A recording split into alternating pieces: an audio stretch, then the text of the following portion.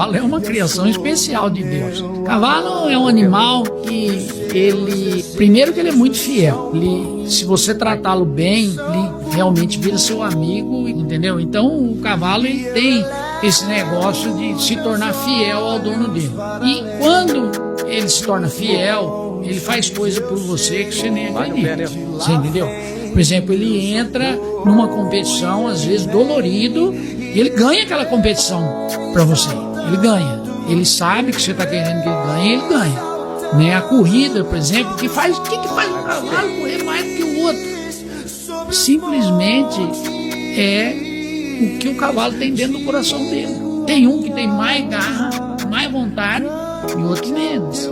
Então, assim, o cavalo tem essa qualidade de juntar pessoas e fazer amizades.